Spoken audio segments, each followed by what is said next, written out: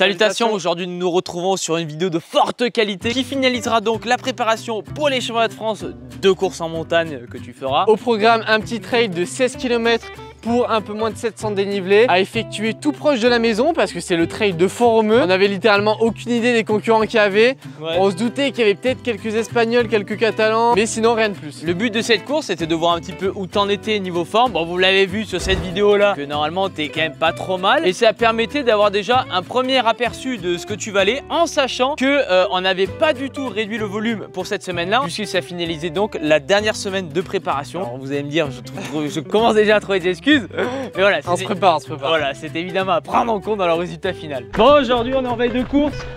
On est avec Juju et Victorien. Victorien qui part sur le 26 demain, c'est ça? Ouais, 26. 26, Juju qui fait plus soft, le 16. Ouais. Et moi qui filme bien sûr.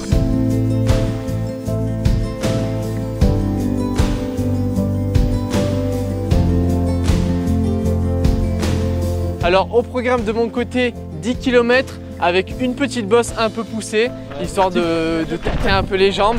Mais bon, sinon rien de méchant. On a été accompagné par Victorien, qui est d'ailleurs coaché dignement par moi-même. Voilà, donc là, voilà. Et pour le coup, c'est moi qui le fous dans la sauce parce que je lui dis viens nous accompagner. À savoir que Victorien il débute plutôt le trail, donc on va dire que c'était un peu une sortie traquenard, comme voilà, vous en avez peut-être l'habitude certains. Ça c'est le moment où tu pourrais dire la Vic commence à péter. En direct de Victorien Rupteur. Vic exhale comme un poney. Course après course au final. C'est comme s'il avait fait une course mais légèrement moins poussée. Et de mon côté tout se passe bien, les jambes sont bonnes. J'avais surtout axé le volume de la semaine sur les 4 premiers jours on va dire. Et après vu qu'on garde toujours le vendredi en jour de repos, j'avais des bonnes sensations, j'étais pas tant fatigué que ça. Donc ça présageait que du bon.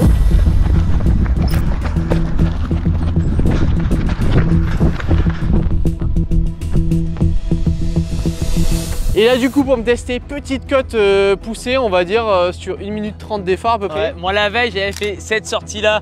Donc voilà, on va dire que j'ai essayé de te suivre. Mais au niveau des jambes c'était pas encore trop ça. Là je t'ai giclé d'une manière non cordiale. Franchement l'allure était bonne. Bon après là c'était une rep hein, donc tout le monde est capable d'aller vite sur une rep. Mais niveau sensation c'était bon, donc c'était bon signe pour demain. Oh je suis en train de sauter. Bon et ensuite petite prise de dossard, je crois que c'est un numéro complètement aléatoire de 2200 et des poussières je crois. Là, franchement il n'y a aucune superstition. Du coup je pars en deuxième, troisième et là 0 cheville.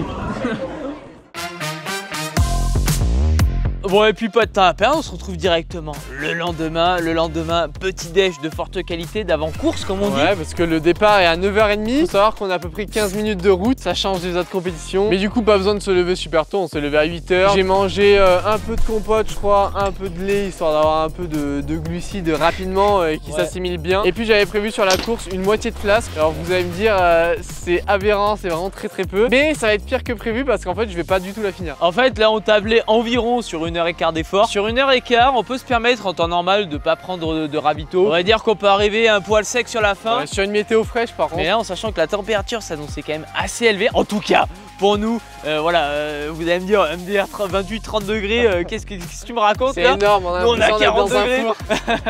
Et nous c'est voilà, c'est équivalent 40 degrés pour vous. Donc c'était pour ça qu'on avait tablé sur une petite flasque, enfin une moitié de flasque qui pourrait très bien aller pour te humidifier la gorge et t'apporter quelques glucides nécessaires à l'attaque sur la dernière côte.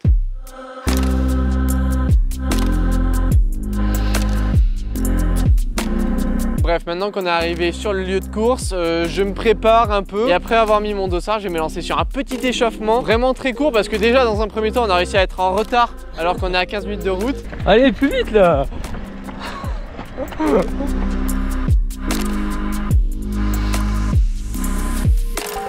En tout cas pour cette échauffe, j'ai vraiment fait très petit, 2,7 km je crois d'échauffement, donc on va dire que c'est le minimum. Un échauffement ignoblement d'amateur.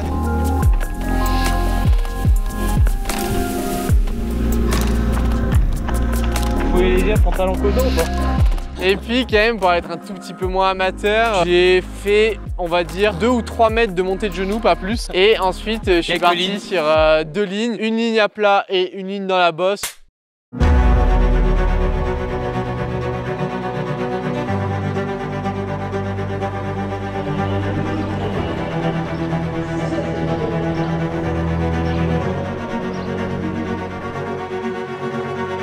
Et puis maintenant, plus qu'à se placer sur le départ et voir un peu les concurrents qu'il y a. Et là, ça m'a fait trop rire. Je sais pas si on le voit, qu'on se regarde. Débarque Maël Allaire. Maël Allaire, ceux qui ne nous connaissent pas, a fait premier espoir l'année dernière déjà sur les France de trail court. Maël, il est dans la team Brooks, il a 860 en cotation pour ceux à peu près qui se rendent compte. Il est vraiment nerveux à souhait. Bon, j'étais persuadé de toute façon que je pouvais pas le tenir. Je me suis dit que s'il était à son niveau, il allait sûrement partir direct et on n'allait pas le voir. Bon, après, je me préoccupais pas trop de lui, mais je savais pas trop s'il y avait d'autres gens. Quand même sur la ligne de départ, je vois qu'il y a pas mal de gars qui ont potentiellement l'air d'être chauds. Qui ont potentiellement le muscle strié. Ouais, ils ont des lunettes de vitesse et tout, donc je me dis, attention là, ça va plus vite.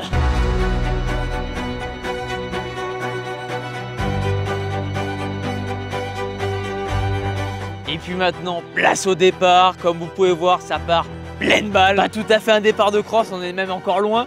Mais voilà, un départ quand même qui est pas trop mal. De toute façon, j'avais prévu surtout de prendre cette course en préparation. Donc dans tous les cas, j'avais dit à Nico, là sur cette première partie, sur les 5 premiers kilomètres qui sont montants, il faut vraiment que je donne tout. En fait, ma course elle se joue là. Après le reste, ça sera un peu bonus. Donc je prends légèrement les devants, hein. Bien sûr, j'amène tout le groupe.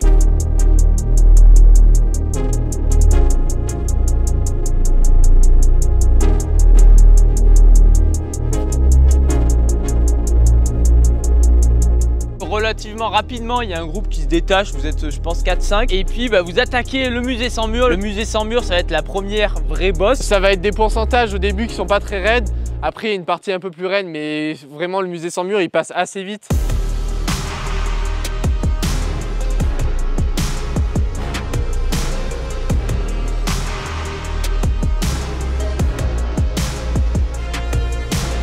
En tout cas, sur toute cette partie-là, je suis toujours devant. Je suis assez étonné que Maël reste avec nous. Il était loin de sa meilleure forme. Ouais. Par contre, après avoir imprimé quand même un bon rythme, surtout au début, je voulais peut-être un peu direct faire les écarts. Et là, je me rends compte qu'en fait, bien sûr, ça a fait des écarts derrière, mais là, le groupe, genre, il pète pas du tout. Ah ouais, certains Théo et Nathan, on vous en reparlera juste après, qui tiennent le groupe. C'est large possible qu'ils sont partis un peu vite sur cette côte. En sachant que nous sommes quand même sur une course à jambon, donc vous allez me dire, ouais, les mecs, ils font les prétentieux, ça vise la gagne et tout. Non, nous sommes quand même sur une course à jambon. Ouais. Normalement, voilà, le podium doit être jouable. Et là, voilà, vous êtes 4 pour le podium. Là, pour l'instant, à tout moment, je fais 4ème, donc je suis en sueur. Et après cette partie-là, on va commencer à prendre la partie forestière. Alors là, c'est vraiment une partie déjà que je ne connaissais pas trop, j'avais pas trop pris ces chemins. Franchement, ça fait mal parce que c'est plus des chemins en terre, mais qui sont un peu du monochemin vraiment raide. C'est pas non plus très raide, mais ça avance pas. J'ai l'impression qu'on n'avance pas trop, on est toujours groupé. Il y a même des fois où je perds un peu 5 mètres. Et là, je me dis, je suis 4ème, donc là, je remonte parce que je peux pas me permettre de lâcher si facilement ce podium. Donc je me dis, putain, il faut vraiment que je tienne. Et juste après cette partie-là, Maël, malheureusement, met le clignotant parce qu'il était vraiment pas bien ce jour-là. Et moi, faut se dire que j'étais placé du coup au niveau de la calme. Et donc, j'avais mis un petit peu le drone en éclaireur. En gros, au drone, je vois les gars. Je sais que Maël, il portait le t-shirt Brooks, donc très visible. Je me dis, ok, Maël, il est pas là, bizarre. Mais en même temps, sur les deux, je vois que c'est pas Juju, tu vois. Enfin, je vois que globalement, je te reconnais très bien, quoi. Donc je sais que c'est pas toi. Donc il n'y a plus Maël, il n'y a plus moi. Ouais, et là, je me dis, ok, bizarre. Je regarde s'il y avait un autre mec qui était pas trop loin. Je regarde qui c'est, je regarde un peu. Je fais, ok, c'est toi. Et du coup, je me dis, ok, c'est toi, mais c'est qui les deux autres mecs devant qui t'ont distancé? Sur cette partie-là, j'ai fait que me faire malmener. C'était des parties où il y avait beaucoup de relance à monter. Après, il y avait quelques petites portions de plat. À chaque fois sur le plat, je revenais sur eux. Mais sur les côtes, j'étais pas bien à l'aise. Niveau souffle, j'étais déjà très entamé. D'ailleurs, on peut voir au cardio que c'est un peu là où j'étais quasiment à fond sur cette partie. Et après, ça témoigne aussi de ce qu'on avait un petit peu ressenti. C'est que bon, au niveau des pollens, ça va quand même mieux avec les antihistaminiques. Mais quand il y a trop, c'est trop. Et là, en ce moment, quand même, au niveau, on vous l'a montré de toute façon la semaine dernière. Mais au niveau des pollens, c'est bien agressif. Ouais, l'air, il était très sec. Je sentais que j'étais pas non plus à 100% niveau souffle.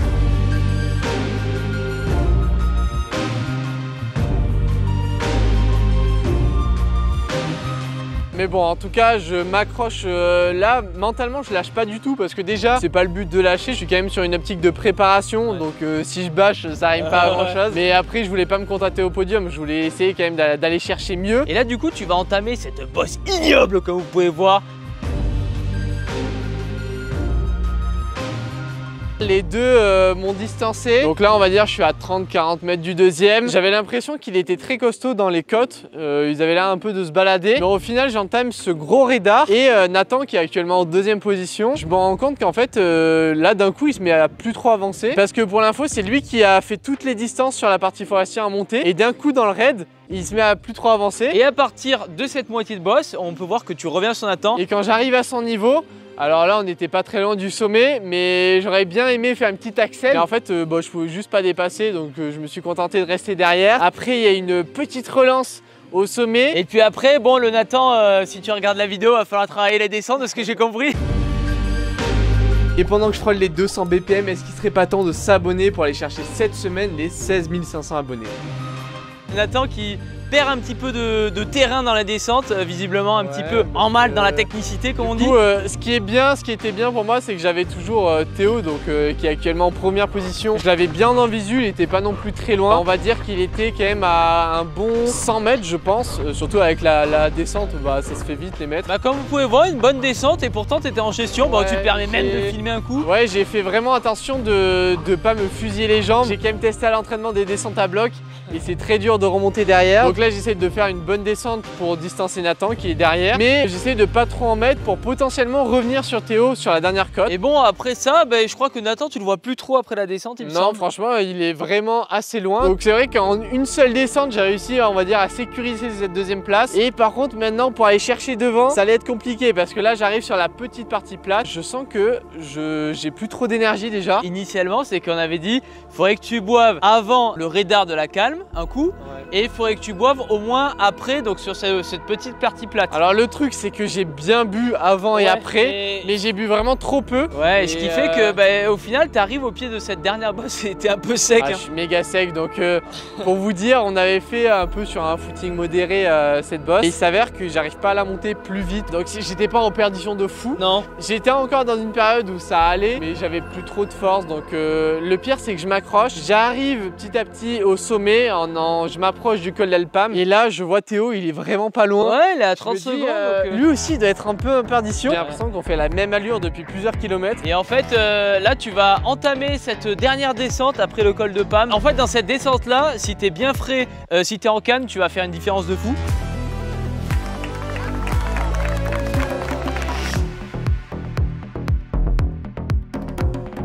On va dire qu'il y a une première partie où sur 3-4 minutes j'arrive à descendre assez bien. Je me suis dit vas-y, j'essaye de faire une bonne descente. En vrai, pour être honnête, je me disais je pense que Théo était trop loin parce que j'étais persuadé qu'il allait descendre fort aussi.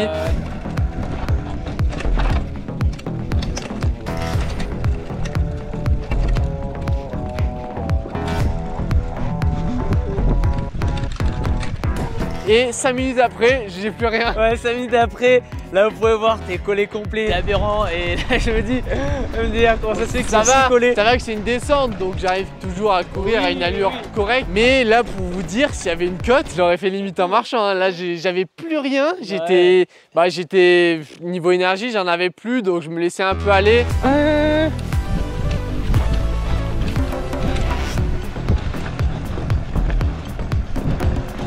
J'essayais déjà d'assurer ma deuxième place, je me disais quand même, faut pas que je me fasse reprendre. Bon, franchement, c'est pas facile, t'en chies comme jamais. Je m'accroche quand même pour essayer de faire le plus proche possible de lui, parce que je savais pas du tout s'il était aussi en perdition ou s'il était à peu près classique. Mais bon, sur ces derniers kilomètres, du coup, là, je l'ai plus en visu.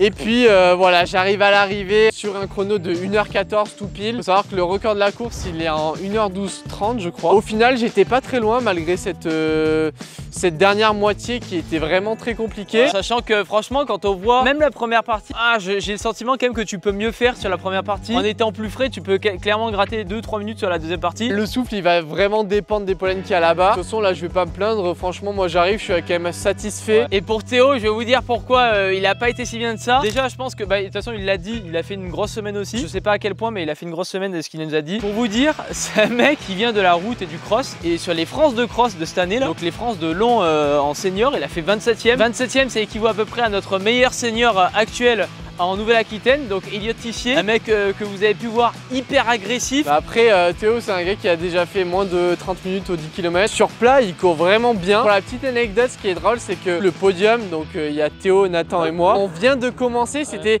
tous les trois limite nos premières courses sur trail, parce que Nathan il vaut aussi 30,06 sur 10 km. Et quand on peut voir, le trail, ça reste le trail. Il y a ce truc de gestion, il y a ce truc de arriver à bien descendre, arriver à bien monter. C'est vraiment particulier. On peut avoir un coureur qui vaut 14 minutes au 5. Les cuts et les descentes, faut les faire. Donc dans tous les cas, Théo s'en est bien sorti. Je pense qu'il peut faire vraiment quelque chose de bien en course. Il sera aux France de montagne, on essaiera de vous partager son résultat. Ça pourrait être bien de voir aussi en fonction de moi. Si je finis à 30 secondes de lui aussi, ça serait drôle. En tout cas, une bonne course de préparation qui vient un peu terminer mon gros cycle de course en montagne que j'ai un peu fait en urgence, on va dire. Et du coup, tout ça pour vous dire que la semaine prochaine, vous n'aurez pas de vidéo parce que là, il faut qu'on finisse l'aménagement du van là rapidement. Et puis ensuite, direction Val d'Isère. Et ce qui fait que la prochaine vidéo sur cette chaîne YouTube sera les championnats de France. Si ça, c'est pas beau. Championnat de France de montagne, championnat de France de trail long pour moi. Et après, on vous réserve une petite surprise pour la dernière vidéo de la saison. Bref, vous l'aurez compris, on vous souhaite évidemment de seuiller rudement. Et on se retrouve très prochainement pour de nouvelles aventures. Allez, ciao.